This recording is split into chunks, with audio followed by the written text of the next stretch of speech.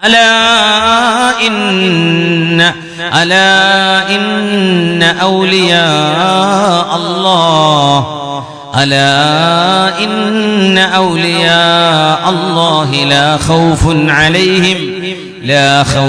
عليهم ولا هم يحزنون.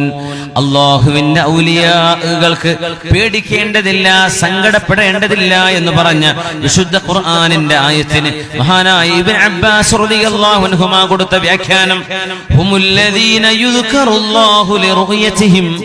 ആരാണ് ഔലിയാക്കൾ എന്നറിയുമോ? ഹുമുല്ലദീന, അവരൊരു വിഭാഗം ആളുകളാണ്. യുദ്കറുല്ലാഹു ലിറുയതിഹിം, അവരെ കണ്ടാൽ അല്ലാഹുവെ ഓർമ്മ വരും. കണ്ടാൽ അല്ലാഹുവെ ഓർമ്മ വരും. ചില ആളുകളെ കണ്ടാൽ പുതിയ സിനിമ ഓർമ്മ വരും. ചില ആളുകളെ കണ്ടാൽ കളിവിശേഷങ്ങൾ ഓർമ്മ വരും. ചിലരെ കണ്ടാൽ മോശമായ ചിന്തകൾ ഓർമ്മ വരും. ചില ആളുകളെ കണ്ടാൽ അല്ലാഹുവിനെ ഓർമ്മ വരും. ഹുമുല്ലദീന യുദ്കറുല്ലാഹു ലിറുയതിഹിം. ചില ആളുകളുടെ സാന്നിധ്യം അങ്ങനെയാണ്. ഒരുപക്ഷെ നമുക്ക് ജീവിതത്തിൽ കാണാൻ കഴിയാത്തത് എങ്ങനെ പരിഹരിക്കാമെന്ന് മഹാന്മാർ പറയുന്നുണ്ട്. മഹാനായ തഖിയുദ്ദീൻ സുബ്കി തങ്ങൾ തന്നെ പറയുന്നുണ്ട്, സജ്ജനങ്ങളെ കിട്ടാനില്ലാത്ത കാലം നമുക്കൊക്കെ മാതൃകയായ പണ്ഡിതന്മാർ, നമ്മുടെ ഉലമാഇന അല്ലാഹുമ്മ ജഅൽ ഉലമാഅന ഹുദാതൻ മഹ്ദിയീൻ, അവർ സന്മാർഗദർശികളും സന്മാർഗദർശനം സാധ്യമാകുന്നവരുമായി അല്ലാഹു അവരെ മാറ്റിത്തരട്ടെ. ആ സജ്ജനങ്ങൾ ഇന്നും അല്ലാഹു ഖിയാമത്ത് നാൾ വരെ തലമുറകളായി അല്ലാഹു നമുക്ക് നിലനിർത്തി തരട്ടെ എന്ന് അല്ലാഹുവിനോട് നമ്മൾ ദുആ ഇരക്കുകയാണ്. ചില പണ്ഡിതരെ കാണുമ്പോൾ അല്ലാഹുവിനെ ഓർമ്മ വരും. മഹാനായ കണ്ണിയത്ത് ഉസ്താദിനെ കാണുമ്പോൾ തഖ്വയും വറഉം ഓർമ്മ വരുമായിരുന്നു. മഹാനായ ശംസുൽ ഉലമയെ കാണുമ്പോൾ വിജ്ഞാനത്തിന്റെ മഹാവെളിച്ചം കാണും ആ മുഖത്ത്. മഹാനായ സൈനുൽ ഉലമ ചെറുശ്ശേരി ഉസ്താദ്, പ്രഗത്ഭരായ പണ്ഡിതർ, നമ്മുടെ എല്ലാവരുടെയും ഉസ്താദ് മഹാനവറുകളെ കാണുമ്പോൾ കർമ്മശാസ്ത്ര മസ്അലകളും ദീനിന്റെ മസ്അലകളുമാണ് ഓർമ്മ വരിക. ആ മുഖത്ത് ചിരിയോടുകൂടെ ഇൽമാണ് പറഞ്ഞു തരുന്നത്. ചില ആളുകളെ കാണുമ്പോൾ അല്ലാഹുവിനെ ഓർമ്മ വരും. ചില മുഖം കാണുമ്പോൾ പടച്ച തമ്പുരാനെ ഓർമ്മ വരും.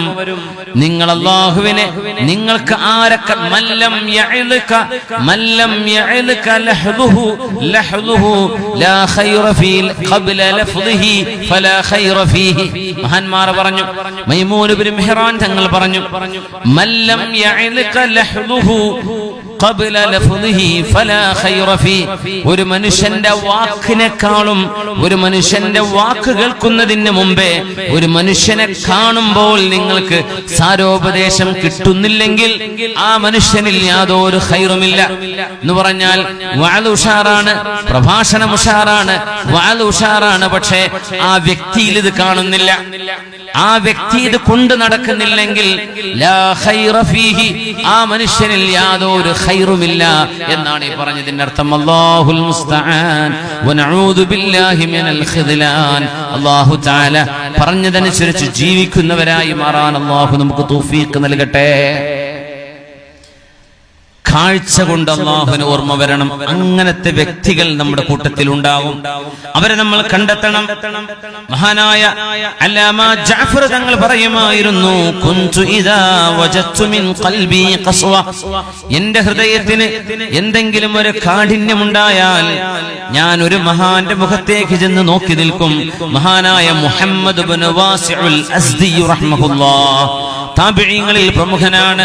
മുഹമ്മദ് ഇബ്നു വാസി' എന്നവർ ഖുതൈബത്ത് ഇബ്നു മുസ്ലിമുൽ ബാഹിലി തങ്ങളുടെ സൈന്യത്തിൽ എത്രയോ ധർമ്മസമരങ്ങളിൽ സംബന്ധിച്ച പ്രഗത്ഭനായ മുഹദ്ദിസാണ്, ആലിമാണ് മുഹമ്മദ് ഇബ്നു വാസിഉൽ അസ്ദി റഹ്മത്തുള്ളാഹി അലൈഹി.